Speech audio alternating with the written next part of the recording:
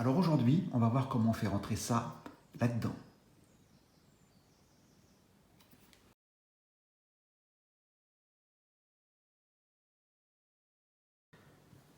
Donc voici l'Aspire Jobo modèle 2502. C'est avec elle que je développe tous mes films.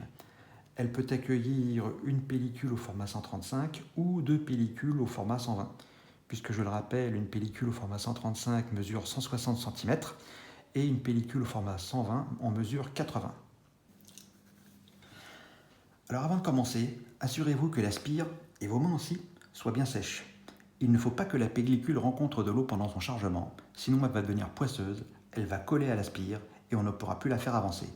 C'est un point important si vous voulez ne pas être embêté tout de suite. Alors l'Aspire Jobo 2502 a un système d'entraînement pour charger le film un peu différent de ce que l'on pourrait trouver par exemple sur une Spire Patterson qui avec ses billes peut enrouler un film automatiquement. Ici c'est pas le cas, c'est un autre système qui a été choisi. Alors je vais vous montrer. Hop. Ici vous voyez, alors je ne sais pas si on va le voir, ici voilà. Ici vous voyez qu'il y a deux petits ergots. Il y en a un qui est là et l'autre, il est, je ne sais pas si on voit, il est ici. En fait, le film va passer entre les deux, il va le monter par là, il va redescendre sur l'autre. En fait, c'est une espèce de chicane qui va bloquer le film une fois qu'on l'aura passé. Alors, on va l'entraîner tout du long ici, jusqu'à peu près ici. Alors, pourquoi si loin? Eh bien, parce que sur le côté de l'Aspire, vous voyez qu'il y a un endroit ici qui est plus fin, une échancrure. C'est un endroit un peu particulier, d'ailleurs on voit il n'y a pas de rayon entre les deux, c'est parce que c'est l'endroit où on va pouvoir utiliser le doigt pour entraîner, pour accompagner le film pendant son chargement. On va le bloquer comme ça, toc, et on va l'avancer de cette façon, à chaque fois comme ça.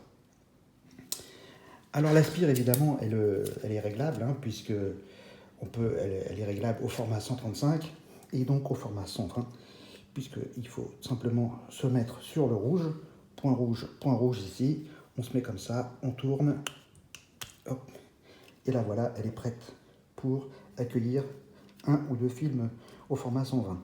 Alors ici, autre particularité, alors Jobo appelle ça un duo clip, tout simplement, c'est un petit bitonio, ici, on enlève, qui permet de bloquer, de séparer les deux films pour éviter qu'ils ne se chevauchent quand on charge la deuxième, après avoir chargé la première pellicule. Voilà.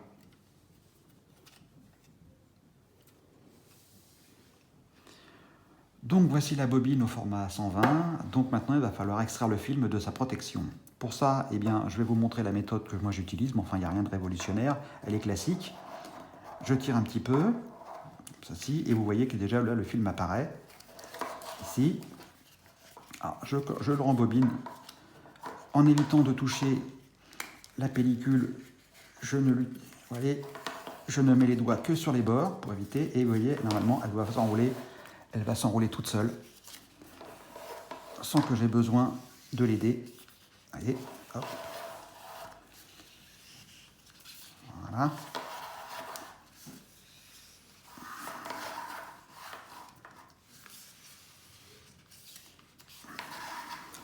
Et là, on arrive à l'étiquette. Alors là, il y a deux écoles. Soit on la coupe, soit comme moi, je ne m'embête pas, je vais un petit peu au-delà. Hop, je la prends ici.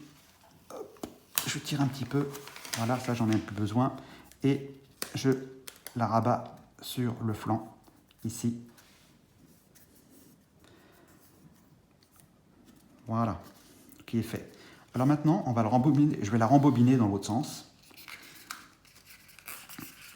Hop, voilà.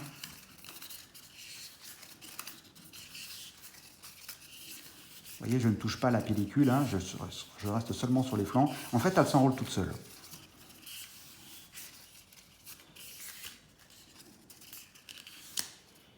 Et là voilà, elle est prête pour la charger sur l'Aspire.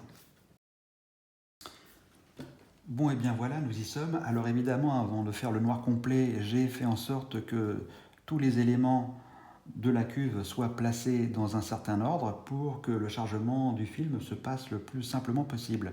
Ici, la spire donc, que j'ai placée de telle manière que quand je vais la redresser ici, eh bien l'entrée soit au-dessus. J'ai pris soin aussi d'appuyer sur le bitonio pour que le seul film que je vais charger ne dépasse pas cette limite. Pourquoi? Eh bien parce que comme je développe par rotation, je ne veux pas qu'une partie du film se retrouve au-dessus du niveau de la chimie et donc une partie qui ne serait pas développée. Voilà. Ensuite, je sais que dans le noir, je vais retrouver mon axe ici sur lequel va venir s'enchasser la spire. Le tout ira dans la cuve et on terminera avec le couvercle qui viendra verrouiller et terminer l'opération.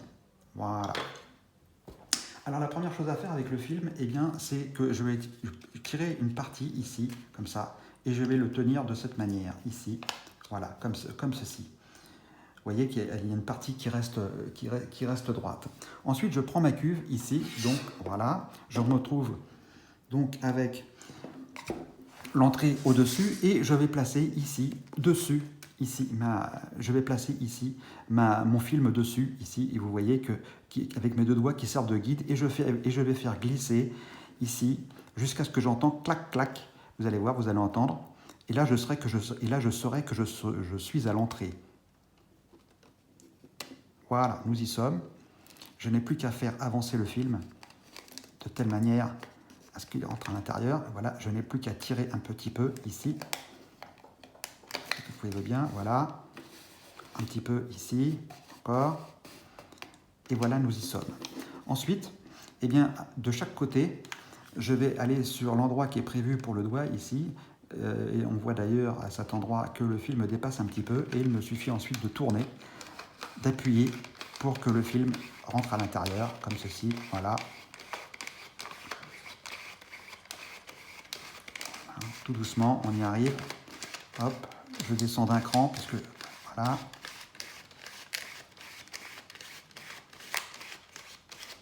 Voilà. On arrive au bout. Voilà, le film n'avance plus, il est arrivé exactement à la butée. Donc maintenant, je n'ai plus qu'à prendre l'axe, le mettre à l'intérieur, le glisser, hop, on met tout ça dans la cuve. On vient terminer avec le couvercle, on le pose, on verrouille. Et l'opération est terminée. Vous voyez que quand on est organisé, eh bien, ça se passe très simplement et très rapidement.